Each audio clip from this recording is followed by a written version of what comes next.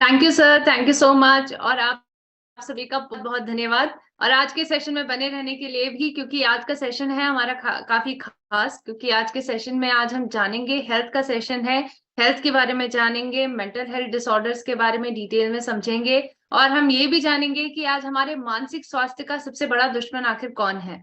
उस दुश्मन को समझना है, उसको पहचानना है, पहचान कर उस दुश्मन को अपना फ्रेंड बनाना है और इसके माध्यम से अपने मानसिक स्वास्थ्य का ध्यान रखना है।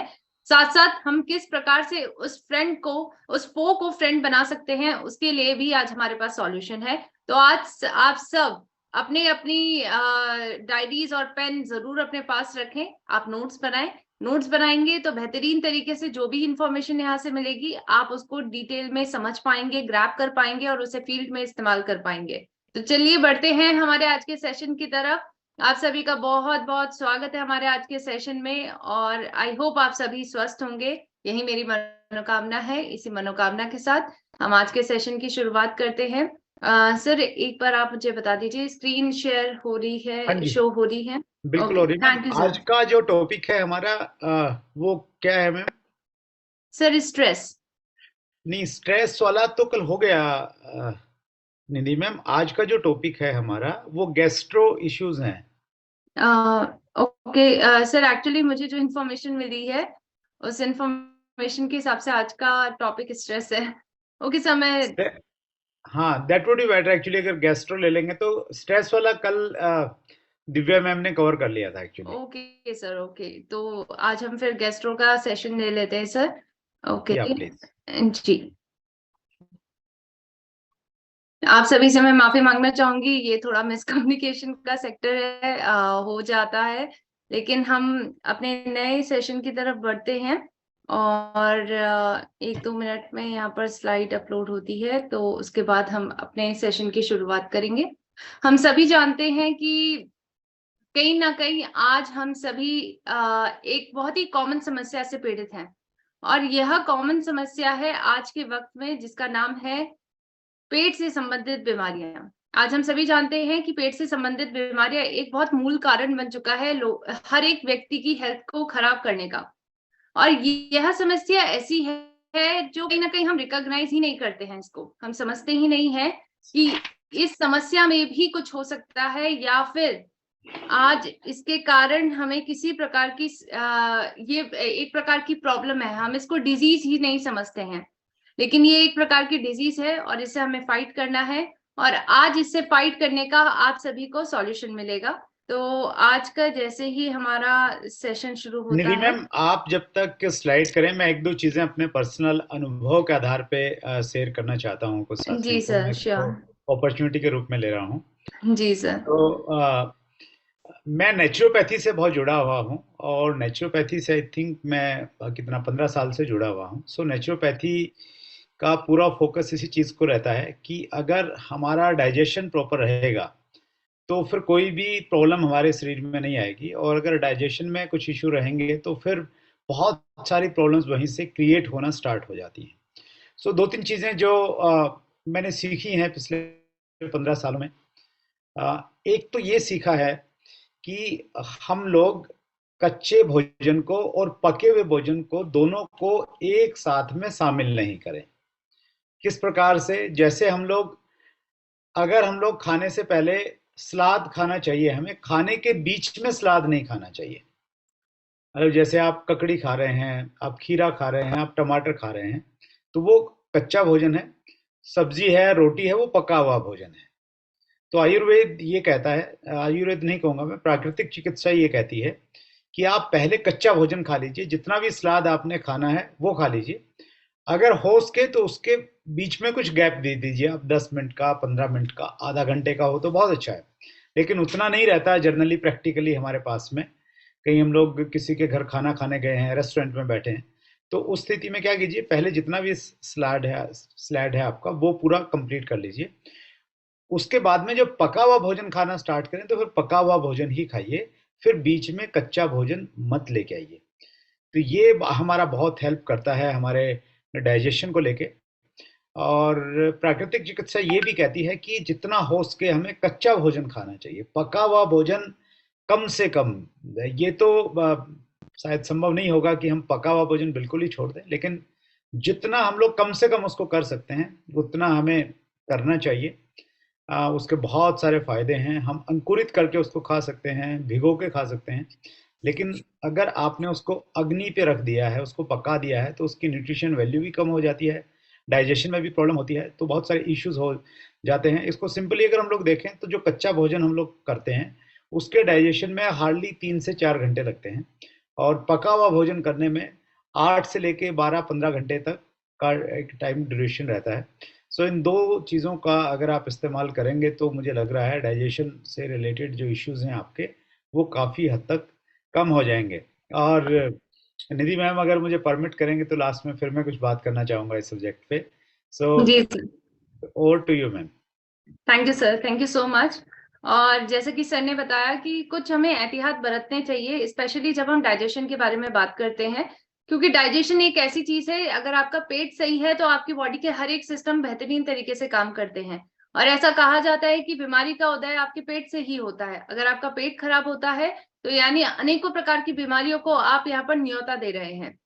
तो आज हमें इसी डाइजेस्टिव सिस्टम को बेहतर बनाना है, और इसको बेहतर बनाने के लिए आज हमें समझना है कि आखिर कौन सी ऐसी डाइजेस्टिव प्रॉब्लम्स होती हैं जिसको हम बहुत ही कॉमन मानते हैं।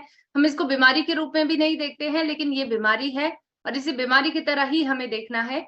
और इसीलिए आज का सेशन इसी चीज पे डेडिकेटेड है, आप सभी को अवेयरनेस लाने के लिए कि क्या आपकी हेल्दी डाइजेस्टिव सिस्टम के लिए आप हैबिट्स को अपना सकते हैं। और उन्हीं हैबिट्स के साथ साथ आज क्या हमारे पास मिराकुलस न्यूट्रास्यूटिकल है जिसके माध्यम से हम सभी प्रकार के डाइजेस्टिव डिसऑर्डर्स को दूर कर सकते हैं।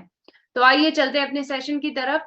और सेशन की तरफ जाते हुए आज सबसे पहले हमें एक कथन को समझना है, और यह कथन है you are what you digest. जी हाँ, हमने हाल ही में ये सुना होगा और आप सभी ने सुना होगा इसको, you are what you eat. हम हमेशा ये समझते हैं, सुनते हैं कि आप वह हैं जो आप खाते हैं, लेकिन आज का सेशन डेडिकेटेड है इस कथन को समझने में, you are what you digest. आप वह है जो आप पचाते हैं। जी हाँ, यहाँ पर पाचन की क्रिया यानी आपकी पाचन क्रिया पे ही डिपेंड करता है कि आप हेल्दी हैं या अनहेल्दी। आपकी पाचन क्रिया पे डिपेंड करता है कि जिस खाने को इंटेक आप कर रहे हैं, जिस खाने का सेवन आप कर रहे हैं, वह आप पूर्ण तरीके से उसके न्यूट्रिएंट्स को पचा पा रहे हैं या नहीं। तो आज हमें इसी कथन को डिटेल में समझना है, और इसी कथन पे आज हम एंड ऑफ द सेशन में आपको ये कथन डिटेल में समझ में आ जाएगा। तो हम सभी जानते हैं कि आज हमारी भारत की पॉपुलेशन है लगभग 140 करोड़, और हमारी वर्ल्ड की पॉपुलेशन 8 बिलियन का माइलस्टोन ऑलरेडी क्रॉस कर चुकी है। लेकिन इन पूरी पॉपुलेशन में, इन सभी लोगों में एक कॉमन प्रॉब्लम है जो सबसे ज्यादा पाई जाती है, और उस प्रॉब्लम का नाम है डाइजेस्टिव डिसऑर्डर्स, जो गैस, कॉन्स्टिपेशन, एसिडिटी के नाम से आप काफी तौर से जानते हैं। ये सभी प्रकार के डाइजेस्टिव डिसऑर्डर आज इतने कॉमन हो चुके हैं कि हम इसे बीमारी के रूप में भी नहीं देखते। और यही कारण है कि आज हम सभी को इस अपना माइंडसेट चेंज करने की जरूरत है, क्योंकि अगर हम माइंडसेट चेंज करेंगे, इसको एक बीमारी के तौर पे देखेंगे, तभी हम इसके सॉल्यूशन की तरफ बढ़ने की कोशिश करेंगे। तो हमें इसे और बीमारियों की तरफ, जैसे हम कैंसर से लड़ते हैं, जैसे हम अन्य प्रकार के हेल्थ डिसऑर्डर से लड़ते हैं, उसी प्रकार से हमें इस बीमारियों से भी लड़ना है और बेहतरीन तरीके से। अब हमें इस बीमारी से मुक्ति पानी है। मुक्ति आखिर कैसे पाई जाए? मुक्ति पाएंगे हम नेचर सपोर्ट सिस्टम के माध्यम से, बिना किसी दवाइयों के, बिना किसी साइड इफेक्ट से। कैसे हम अपने डाइजेस्टिव डिसऑर्डर्स को दूर कर सकते हैं, आज हम उस नेचर सपोर्ट सिस्टम को समझेंगे।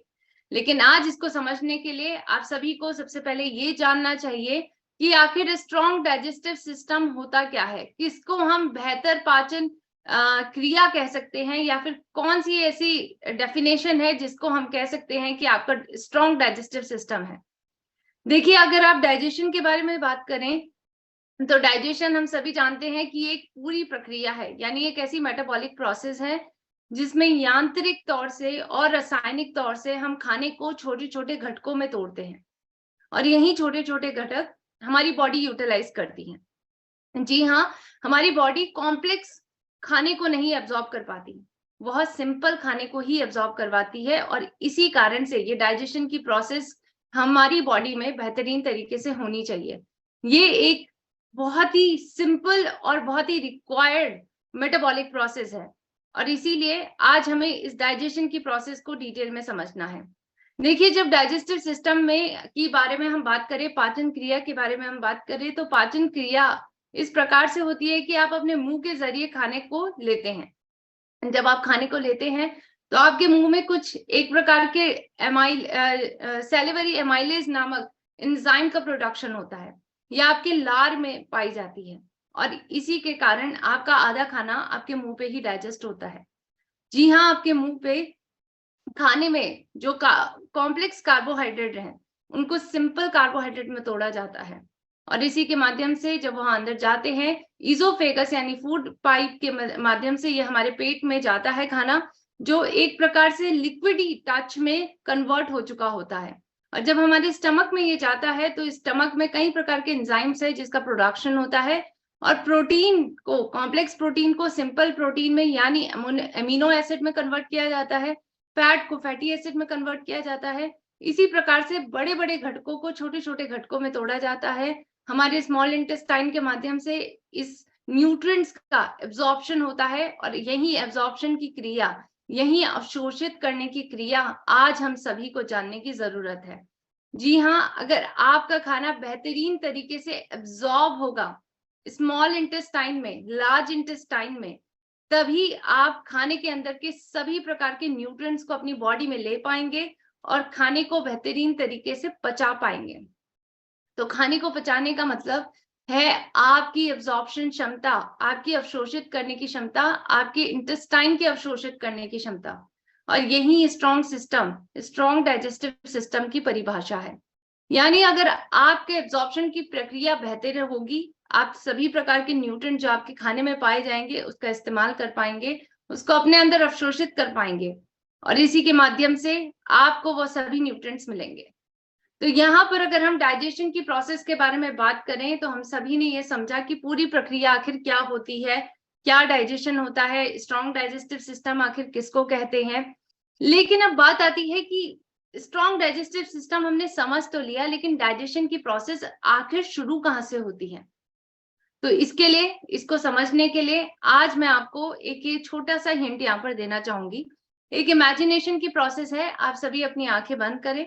आंखें बंद करके अब आपको इमेजिनेशन करना है। जी हाँ, विजुअलाइज करें कि आपके हाथ में है एक रसीला नींबू, पीला कलर का रसीला नींबू, जिसको आपने कहीं ना कहीं काटा, आपने नाइफ के थ्रू इसको काटा और इसको स्क्वीज करा, इसको निचोड़ा, एक ग्लास में इसके जूस को डाला, और अब इसमें आपने थोड़ा पानी ऐड करा और आप इसका सेवन कर रहे हैं।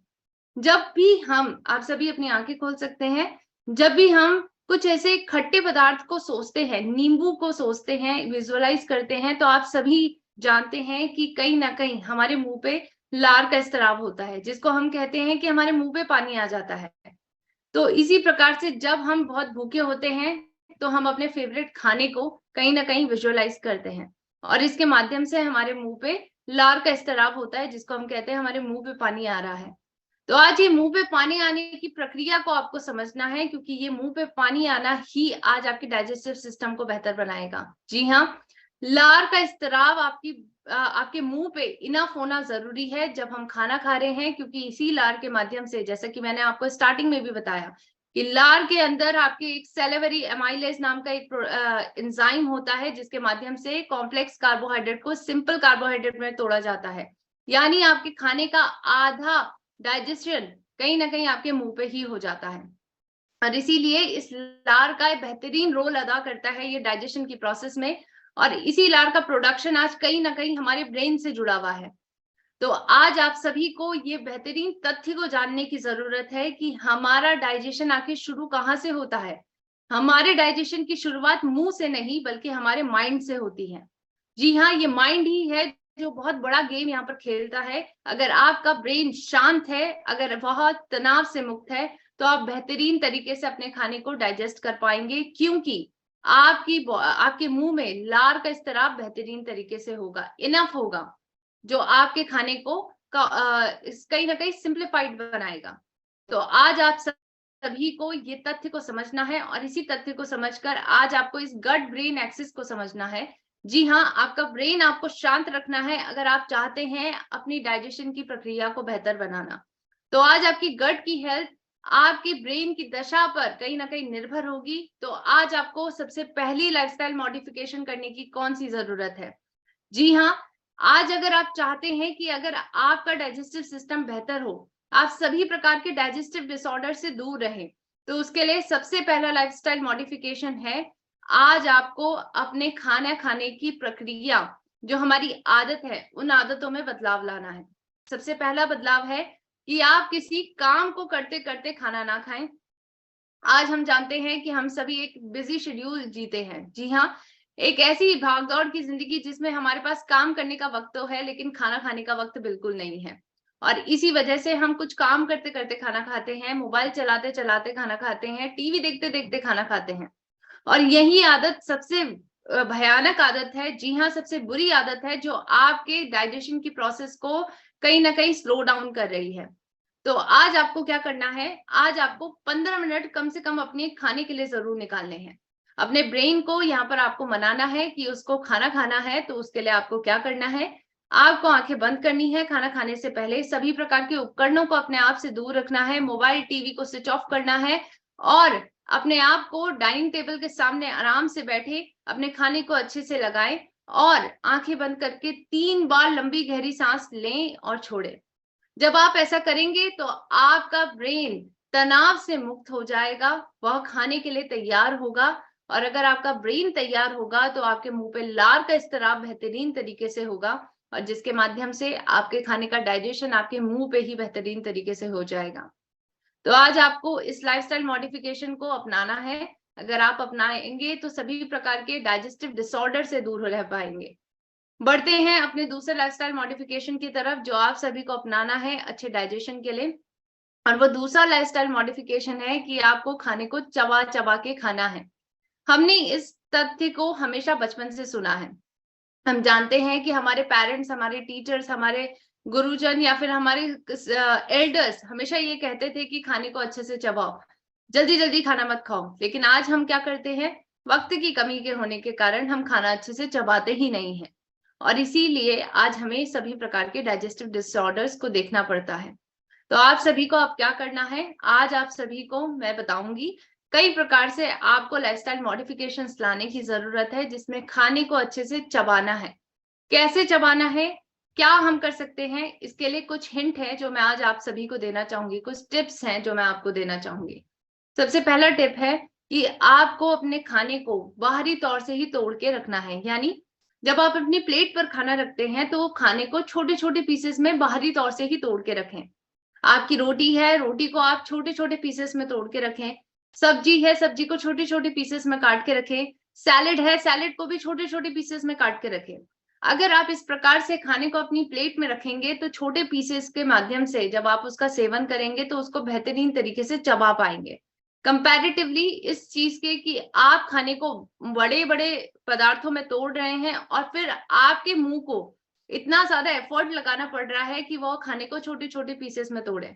तो इसीलिए जरूरी है कि खाने को बाहरी तौर से ही आप छोटे छोटे पीसेस में तोड़ें और इसको चबाना आसान रहेगा। बढ़ते हैं दूसरे तथ्य की तरफ, जो है खाने को हमें कैसे चबाना है। आपको खाने को मुंह बंद करके चबाना है। अगर आप खाने को मुंह बंद करके चबाएंगे तो इसके माध्यम से, जीभ के माध्यम से आपका खाना आपके लार के साथ बेहतरीन तरीके से मिक्स हो पाएगा। और यही मिक्सिंग जरूरी है, क्योंकि इसी मिक्सिंग के कारण खाना लिक्विडी पेस्ट में कन्वर्ट होता है, जिसको हमारा पेट अच्छे से पचा पाता है। तो आज आपको इस प्रकार से खाना खाना है। तीसरा मॉडिफिकेशन जो आपको अपने जीवन में अपनाना है वह है खाने को कितनी बार चबाना है। खाने को 32 टाइम्स बार चबाना है। जी हाँ, ये नंबर आपको अपने डाइनिंग टेबल पे नोट डाउन करके लिखना है। अगर आपको याद नहीं रहता तो इस नंबर को अपने डाइनिंग टेबल पे कहीं पे चिपका दीजिए, और बार बार जब आप इस नंबर को देखेंगे तो आपको 32 नंबर याद आएगा। आपको याद आएगा कि मुझे खाने को 32 टाइम्स बार चबाना है। अगर आप 32 टाइम्स बार नहीं चबा पा रहे हैं तो शुरुआत 20 बार से करें। 20 बार से करें, धीरे धीरे करके अपने नंबर्स को बढ़ाएं और उसे 32 टाइम तक लेके आए। अगर आप 32 टाइम्स खाना चबाते हैं तो खाना लिक्विडी फॉर्म में कन्वर्ट हो जाता है अच्छे से। वह कॉम्प्लेक्स कार्बोहाइड्रेट सिंपल कार्बोहाइड्रेट में टूट जाते हैं लार के माध्यम से, और इसके माध्यम से आपका आधा डाइजेशन मुंह पे ही हो जाता है। प्लस आपका खाना जो लिक्विडी पेस्ट में कन्वर्ट हुआ है उसको हमारा पेट अच्छे से एब्जॉर्ब कर पाता है, उसको छोटे छोटे घटकों में आराम से तोड़ पाता है। तो आज आपको च्यूविंग कितनी करनी है, कितने नंबर्स में करनी है, वो भी पता चला। बढ़ते हैं चौथे लाइफस्टाइल मॉडिफिकेशन की तरफ, जो है कि आपको खाना खाते वक्त पानी पीना है या नहीं। देखिए, इस पर कई व्यक्तियों के अलग अनेकों तथ्य हैं, लेकिन साफ तौर पे ये माना गया है साइंटिफिक स्टडीज के माध्यम से भी कि आपको खाना खाते वक्त और खाना खाने के 30 मिनट तक पानी नहीं पीना है। जी हाँ, अगर आप खाना खाते वक्त या फिर उसके 30 मिनट तक पानी पिएंगे उसके बाद, तो आपके पेट में जो डाइजेस्टिव एंजाइम्स होते हैं, जैसे HCl हो गए या फिर पेप्सिन हो गए, ट्रिप्सिन हो गए, ये सारे के सारे डाइजेस्टिव एंजाइम्स डाइल्यूट हो जाती हैं, और इसी के कारण आपका खाना कहीं ना कहीं बहुत देरी से पचता है। तो आज अगर आप चाहते हैं कि आपका स्ट्रॉन्ग डाइजेस्टिव सिस्टम हो, आपका डाइजेस्टिव सिस्टम क्विक हो, तो उसके लिए आज आपको इन सभी मॉडिफिकेशंस को अपनाना है। यहाँ पर साइंटिफिक तौर से ये भी पाया गया है कि अगर आप बादाम को 30 से 40 बार चबाते हैं तो बेहतरीन तरीके से इसके न्यूट्रिएंट्स को आप अच्छे से अपनी बॉडी में एब्जॉर्ब कर पाते हैं। तो आज आपको च्यूविंग के बारे में समझना है। आप सभी ने ये समझा, ऐसा आयुर्वेदा में भी माना जाता है कि chewing is the key to have a strong digestive system. जी हाँ, आप सभी जानते हैं कि अगर आप सभी की ये इच्छा है, आपको स्ट्रॉन्ग डाइजेस्टिव सिस्टम चाहिए, तो उसके लिए आपको खाने को अच्छे से चबाना है। ये बेसिक नेसेसिटी है। और आयुर्वेदा में यह भी कहा जाता है you are what you digest. और इसी वजह से अगर आज आप अपना पाचन सही करना चाहते हैं तो अपनी एब्जॉर्प्शन करने की क्षमता को बेहतर बनाएं, यानी खाने को अवशोषित करने की क्षमता को बेहतर बनाएं। और उसके लिए आपको खाने को स्ट्रेस फ्री तरीके से खाना है, खाने को अच्छे से चबाना है और सभी प्रकार के डाइजेस्टिव डिसऑर्डर से दूर रहना है। और अगर आप इन सभी प्रकार के लाइफस्टाइल मॉडिफिकेशंस को अपनाते हैं तो आप वेट इंक्रीज का कारण भी कहीं ना कहीं खत्म कर देते हैं। कहीं ना कहीं हम आज जितना खाना एब्जॉर्ब कर रहे हैं, जितना खाना हम खा रहे हैं, उतनी कैलोरीज हमें नीडेड नहीं होती है, क्योंकि हम इतनी कैलोरीज बर्न नहीं करते हैं, इतना हम एक्सरसाइज ही नहीं करते हैं। तो आज यही कारण होता है कि आप वेट गेन करते हैं, ओबेसिटी यानी मोटापे के शिकार बनते हैं। तो आज हम इस प्रॉब्लम से भी निजात पा सकते हैं अगर आप ये सभी टिप्स को अप्लाई करें अपने जीवन में। इसी के साथ साथ ये सभी टिप्स को अगर आप अप्लाई करते हैं तो आपका ब्रेन भी यहाँ पर सेटिस्फाई रहेगा। और कभी ना कभी हम सभी जानते हैं, हमारी आदत है कि हम कुछ कुछ खाते रहते हैं, ये कुछ कुछ खाते रहने की आदत भी कहीं ना कहीं खत्म होगी, क्योंकि आपका ब्रेन यहाँ पर सेटिस्फाई रहता है। इसी प्रकार से कई प्रकार के ऐसे डाइजेस्टिव प्रॉब्लम है जिससे आप छुटकारा पा सकते हैं अगर आप इन सभी प्रकार के टिप्स को अपनाते हैं, जैसे malnutrition, indigestion, gas, skin problem, constipation जैसी तमाम ऐसी बीमारियां हैं। क्योंकि अगर आप इन सभी लाइफस्टाइल मॉडिफिकेशंस को नहीं अपनाएंगे तो आप सभी को जाना पड़ेगा एलोपैथिक दवाइयों की तरफ। और हम सभी जानते हैं कि आज हम अंधाधुंध एंटासिड्स का इस्तेमाल कर रहे हैं बिना किसी डॉक्टर के प्रिस्क्रिप्शन के। और यही एंटासिड आज हम सभी के लिए बहुत डेंजरस बनते जा रहे हैं, क्योंकि इन्हीं एंटासिड के कारण हमारी बॉडी एसिडिक बनती जा रही है। फूड एसिड रिफ्लक्स की प्रोसेस हमारी बॉडी में देखी जा रही है। ब्लोटिंग और बर्पिंग की समस्या भी हमारी बॉडी में बहुत ही ज्यादा देखी जाती है अगर आप एंटासिड का इस्तेमाल नियंत्रित तौर पे करते हैं। निरंतर तौर पे करना बेहद हानिकारक होता है। इसके और भी साइड इफेक्ट्स होते हैं, जैसे आप कॉन्स्टिपेशन के शिकार हो सकते हैं, किडनी स्टोन की समस्या जिसके कारण होती है। इसके कारण और भी साइड इफेक्ट्स हैं जो आपकी बॉडी को झेलने होते हैं, जैसे ऑस्टियोपोरोसिस, मसल डैमेज, वीकनेस और जॉइंट पेन जैसे तमाम ऐसे साइड इफेक्ट हैं जो आज एंटासिड के सेवन करने के कारण हो रहे हैं। तो आज आप सभी को करना क्या है, आज आप सभी को एक हेल्दी जीवन जीना है, एक ऐसा जीवन जिसमें डाइजेस्टिव डिसऑर्डर से हम दूर रहे। और कैसे रह सकते हैं, अगर आप निरंतर एक्सरसाइज करेंगे। एक्सरसाइज को अपने डेली रूटीन का पार्ट बनाएं, 1 घंटा या फिर आधा घंटा कम से कम अपने आप के लिए निकालें, क्योंकि ये आपकी बॉडी है, आपकी रिस्पॉन्सिबिलिटी है कि आप इसका ध्यान रखें और इसको बेहतर बनाएं, दिन प्रतिदिन बेहतर बनाएं। जब हम अपने जीवन को बेहतर बनाना चाहते हैं तो क्यों ना अपनी बॉडी को कहीं ना कहीं टाइम दें और इसको बेहतर बनाएं, क्योंकि आज ये माध्यम है हमारे सभी प्रकार की इच्छाओं को पूरा करने का। सबसे पहला माध्यम यही है कि आप अपनी हेल्थ को लें, क्योंकि health is a real wealth. इसी प्रकार से अपने डाइजेस्टिव डिसऑर्डर से अगर आप दूर रहना चाहते हैं तो अपनी मेंटल हेल्थ का भी ख्याल रखें। जी हाँ, फिजिकल हेल्थ के साथ साथ मेंटल हेल्थ का ध्यान रखना है, क्योंकि आज मेंटल हेल्थ तनाव जैसे बड़े से बड़े, हम जानते हैं, आपने तनाव का ऑलरेडी यहाँ पर सेशन ले चुका है, हम जानते हैं कि तनाव हमारे दिमाग का कितना बड़ा दुश्मन है। तो आज हमारी मेंटल हेल्थ को अगर हम रखना चाहते हैं स्वस्थ, तो उसके लिए आपको तनाव से मुक्ति पानी है। इसी के साथ साथ एक और लाइफस्टाइल मॉडिफिकेशन है जो हम सभी को अपनाना है। हम जानते हैं कि हमारे पास एक ऐसा अमेजिंग न्यूट्रास्यूटिकल है, एक ऐसा मिराकुलस न्यूट्रास्यूटिकल है जिसका नाम है गामा ओरिजिनॉल, जो आप सभी प्रकार की डाइजेस्टिव डिसऑर्डर से दूर रहने में मदद करेगा। ये आपकी इसके अंदर सभी प्रकार के मिराकुलस एक्सपीरियंसेस हैं जुड़े हुए उन सभी व्यक्तियों के जिन्होंने इसका इस्तेमाल करा है और आज डाइजेस्टिव डिसऑर्डर से मुक्ति पाई है। अगर आप इसको खाना खाने से पहले लेंगे तो ये आपको अनेकों प्रकार के डाइजेस्टिव डिसऑर्डर से दूर रखेगा, ऐसा डॉक्टर रविंद्र गुप्ता जी का मानना है, जो सीनियर कंसल्टेंट है, एचओडी है डिपार्टमेंट ऑफ इंटरनल मेडिसिन में, आरवी हॉस्पिटल गुड़गांव में। इनका 28 साल का एक्सपीरियंस है इसी फील्ड से जुड़ा हुआ, और इनका साफ तौर पे मानना है कि आज आप गामा ओरिजिनॉल का इस्तेमाल अगर करते हैं तो बेहतरीन तरीके से अनेकों प्रकार के डाइजेस्टिव डिसऑर्डर से दूर रह सकते हैं। तो क्या कहते हैं डॉक्टर साहब, आप खुद ही उनकी वाणी को सुनिए, डिटेल में सुने, बहुत ही ध्यानपूर्वक सुने, क्योंकि डॉक्टर साहब यहाँ पर साफ तौर पे हाईलाइट कर रहे हैं गामा ओरिजिनॉल की नीड को, जो हर एक व्यक्ति को लेनी चाहिए।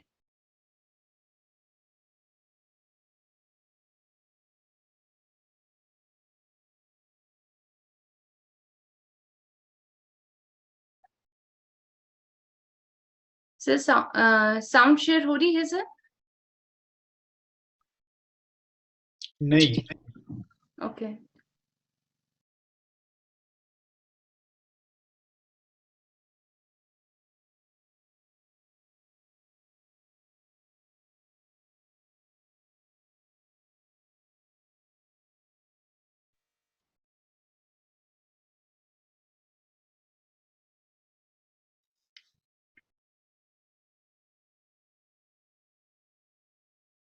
वीडियो तो प्ले हो गया, साउंड नहीं आ रहा है। ओके।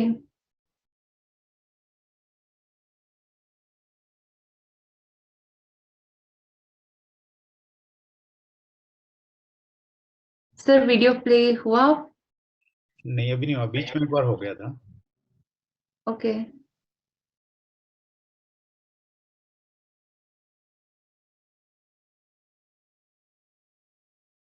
सो हम सभी जानते हैं कि डॉक्टर साहब ने साफ तौर पे यहाँ पर रिकमेंड करा है कि अगर आप गामा ओरिजिनॉल का इस्तेमाल करते हैं तो सभी प्रकार के डाइजेस्टिव डिसऑर्डर से आप दूर रह सकते हैं। डाइजेस्टिव डिसऑर्डर यानी आपकी गैस्ट्राइटिस की समस्या, हम जानते हैं कि आज हर एक व्यक्ति में ये पाई जा रही है। कॉन्स्टिपेशन की समस्या, ब्लोटिंग की समस्या, इंडाइजेशन की समस्या, इन सभी समस्याओं से आप निजात पा सकते हैं। साथ साथ डॉक्टर साहब का भी ये मानना है कि आप अपनी लिवर की हेल्थ को बेहतर बना सकते हैं अगर आप गामा ओरिजिनॉल का इस्तेमाल करेंगे। और लिवर हम जानते हैं एक बेहतरीन ऑर्गन है जो आपके डाइजेस्टिव प्रोसेस में बेहतरीन रोल अदा करता है। इसके साथ साथ डॉक्टर साहब ये भी मानते हैं कि अगर आप प्रीबायोटिक्स और पोस्टबायोटिक्स के साथ इसका इस्तेमाल करते हैं, जैसे कि दही के साथ अगर आप इसका इस्तेमाल करते हैं, तो बेहतरीन हेल्थ बेनिफिट्स पा सकते हैं, सभी प्रकार के डाइजेस्टिव डिसऑर्डर्स को दूर कर सकते हैं। तो आज गामा ओरिजिनॉल पे डॉक्टर साहब का विश्वास तो है ही। आप इस वीडियो को देख सकते हैं हमारे चैनल पे, forever healthy with Isha YouTube channel पे आप जाके इस वीडियो को जरूर देखें, क्योंकि इसमें डॉक्टर साहब का उत्साह और विश्वास आपको जरूर दिखेगा इस न्यूट्रास्यूटिकल के लिए। और पहली बार गामा ओरिजिनॉल का प्रोडक्शन भारत में भी हो रहा है। जी हाँ, भारत में गामा ओरिजिनॉल का प्रोडक्शन किया जा रहा है हमारी कंपनी एपी ऑर्गेनिक के माध्यम से। और एपी ऑर्गेनिक्स आज इस प्रोडक्ट को लेके आई है आप सभी के लिए एक अफोर्डेबल प्राइस पे। जी हाँ, यहाँ पर अफोर्डेबिलिटी का मैटर बहुत ही ज्यादा करता है, क्योंकि आज यही अफोर्डेबिलिटी है जो हम सभी को इस न्यूट्रास्यूटिकल का इस्तेमाल करने के लिए प्रेरित कर रही है। आज हम जानते हैं कि इंटरनेशनल मार्केट में इसका प्राइसिंग अगर आप देखेंगे गामा ओरिजिनॉल से रिलेटेड प्रोडक्ट का, तो वो कहीं ना कहीं 2800 से लेकर 5000 तक पाया जाता है। और आज इसी के कारण बहुत सारी कंट्रीज हैं जहां पर इसका इस्तेमाल तो हो रहा है, लेकिन यह हम सभी भारतीय के लिए बिल्कुल भी अफोर्डेबल नहीं है। आज इसी अफोर्डेबिलिटी के फैक्टर को ध्यान में रखते हुए गामा ओरिजिनॉल का प्रोडक्शन हमारी कंपनी एपी ऑर्गेनिक्स कर रही है। महज 500 से 600 रुपए में आपको प्रत्येक डिबिया मिलती है, और इस डिबिया के माध्यम से आप स्वस्थ रह सकते हैं, अपने परिवार को स्वस्थ बना सकते हैं। आज इसके ऊपर कई स्टडीज हुई हैं गामा ओरिजिनॉल से रिलेटेड, आप देख सकते हैं 2019 की स्टडीज जो साफ तौर पे रिकमेंड करती है कि गामा ओरिजिनॉल का इस्तेमाल करने से आप लिवर से रिलेटेड जो इंजरीज होती हैं, स्पेशली जो अल्कोहलिक लिवर इंजरी होती है, उसको आप कहीं ना कहीं प्रिवेंट कर सकते हैं। इसी प्रकार से 2018 की स्टडी, बहुत सारी स्टडीज इसके ऊपर ऑलरेडी हो चुकी है, जो साफ तौर पे आपको बताती है कि कैसे गामा ओरिजिनॉल के माध्यम से हम अनेकों प्रकार के डाइजेस्टिव डिसऑर्डर को दूर कर सकते हैं, चाहे वो गैस्ट्राइटिस की समस्या हो या फिर आपके पेप्टिक अल्सर की समस्या है। जी हाँ, आज यूनाइटेड स्टेट ऑफ अमेरिका ने भी इसको एक एंटी अल्सर एजेंट का दर्जा दिया है, और यह दर्जा के माध्यम से ही हम यहाँ पर अपने विश्वास को जगा सकते हैं कि ये पेप्टिक अल्सर जैसी समस्या में भी बेहतरीन रोल अदा करता है, एक निजात की तरह, एक सॉल्यूशन की तरह। आज acidity, gas, bloating, stomach ulcer जैसी कई ऐसी तमाम समस्या है जिससे आप निजात पा सकते हैं। तो आपको इन सभी प्रॉब्लम से अगर छुटकारा पाना है तो इन तीनों मूल मंत्र को आपको अपने जीवन में अपनाना है। सबसे पहला मूल मंत्र है, आपको खाने को स्ट्रेस फ्री तरीके से खाना है, तनाव मुक्त तरीके से खाना है। दूसरा यहाँ पर आपका मूल मंत्र है जो आपको सभी प्रकार के डाइजेस्टिव डिसऑर्डर से दूर रखेगा, वह है खाने को अच्छे से चबाना है। और तीसरा मूल मंत्र जिसको बिल्कुल नहीं भूलना है, क्योंकि आज एक रामबाण इलाज की तरह ये साबित हो रहा है, ना सिर्फ आपके पेट की हेल्थ को बनाए रखेगा, साथ साथ आपको सभी प्रकार की आने वाली बीमारियों से भी बचाएगा। तो उस मिराकुलस न्यूट्रास्यूटिकल का इस्तेमाल करें जिसका नाम है गामा ओरिजिनॉल, और इसके माध्यम से आप सभी प्रकार के डिसऑर्डर से बच सकते हैं, स्पेशली आपके डाइजेस्टिव डिसऑर्डर से।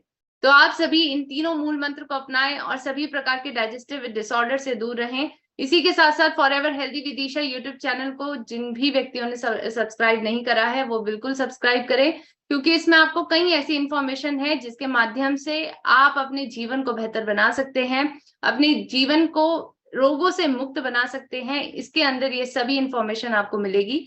तो इस YouTube चैनल पे आप जाएं और जरूर इसको सब्सक्राइब करें। इसी के साथ हम आज के सेशन को यहीं समाप्त करते हैं। आई होप आप सभी को यहाँ पर हेल्थ डिसऑर्डर्स, स्पेशली जो डाइजेस्टिव डिसऑर्डर्स हैं, इनके बारे में समझ में आया होगा। क्या हमारा बेहतरीन डाइजेस्टिव सिस्टम है, कैसे हम इसको स्ट्रॉन्ग बना सकते हैं, क्या इसके पीछे की है, इन सभी कीज के बारे में आपने डिटेल में समझा होगा। गामा ओरिजिनॉल क्यों जरूरी है हमारे लिए, सभी प्रकार के डाइजेस्टिव डिसऑर्डर से कैसे वो बचाता है, आपने यह भी समझा होगा। तो इसी रूपरेखा को के साथ मैं अपने सेशन को यहीं पे समाप्त करती हूँ। Thank you so much sir for making me the part of this session. Over to you sir. Thank you so much Nidhi ma'am. इतने सारे कॉम्प्लीमेंट्स आए हैं चैट बॉक्स में, इतने मैंने पहले कभी नहीं देखे। So it was a wonderful session and the beauty of the session is that ये आपने एक ऐसे सब्जेक्ट पे बातचीत किया, एक्चुअली आई थिंक हर किसी का इससे कंसर्न है।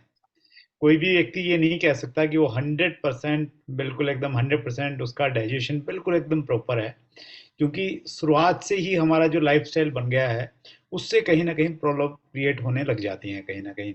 और इसी वजह से इवन बहुत छोटे बच्चे मीन्स 17-18 साल के बच्चों को भी आप देखेंगे उनको हेडेक हो रहा है, उनका डाइजेशन में इश्यूज आ रहे हैं कहीं ना कहीं। और आपने बहुत प्रैक्टिकल चीज़ें हमारे साथ में शेयर की। हम लोग कुछ क्वेश्चंस भी लेंगे निधि में, और एक दो चीज़ें मैं और कहना चाहता हूँ। वैसे तो आपने सारी चीज़ों को बहुत अच्छे से कवर कर लिया है। Thank you sir. एक स्लोगन मैंने कहीं पे सुना था कि दांतों का काम आंतों को मत दें। यानी अगर हम दांतों का काम आंतों को दे देंगे, आंतों का काम होता है चबाना, मतलब उसको डाइजेस्ट करना, और दांतों का काम होता है चबाना। तो बहुत बार हम जल्दबाजी में दांतों को काम देते नहीं, सीधा वो बाईपास करते हैं आंतों के लिए। तो अगर आप आंतों पे ज्यादा काम करेंगे तो वो ज्यादा प्रेशर में आ जाएंगी और जल्दी जवाब दे देंगी। जैसे हमारे यहाँ पे कोई एम्प्लॉय रहता है और एम्प्लॉय पे आप सभी का भार एक एम्प्लॉय पे डाल देंगे तो एम्प्लॉय ज्यादा दिन तक टिकता नहीं और छुट्टी ले जाएगा कि नहीं मैंने काम ही नहीं करना है यहाँ पे। तो उसी प्रकार से हमारे जितने भी ऑर्गन हैं बॉडी के, अगर सबसे आप उनके हिस्से का काम करवाओगे तो वो लॉन्ग लाइफ हमारे साथ में रहेंगे। और हमने अगर ये कर दिया कि भाई एक का काम छोड़ के दूसरे पे डाल दिया तो फिर कहीं ना कहीं तो झगड़ा होना ही है, शरीर के अंदर में प्रॉब्लम्स आनी है। तो उस चीज़ का आपने ध्यान रखना है। और निधि मैम ने बहुत अच्छे से बताया कि 32 टाइम्स हमें बाइट करना चाहिए, वो नहीं है तो 20 टाइम से हम लोग स्टार्ट करें धीरे धीरे। थोड़ा सा आपको इश्यू आएगा। देखिए ये एक आदत है, जिनको जल्दी खाने की आदत है वो 5-7 मिनट में ही पूरा खाना फिनिश कर देते हैं। लेकिन मेरे जैसे व्यक्ति को अगर धीरे खाने की आदत है तो बाकी सारे खा जाएं, हाथ धो के आराम से बैठे रहें, लेकिन वो 30 मिनट 35 मिनट लगते हैं तो लगते ही लगते हैं, लेकिन वो अच्छी आदत है, उसको आप धीरे धीरे डालिए।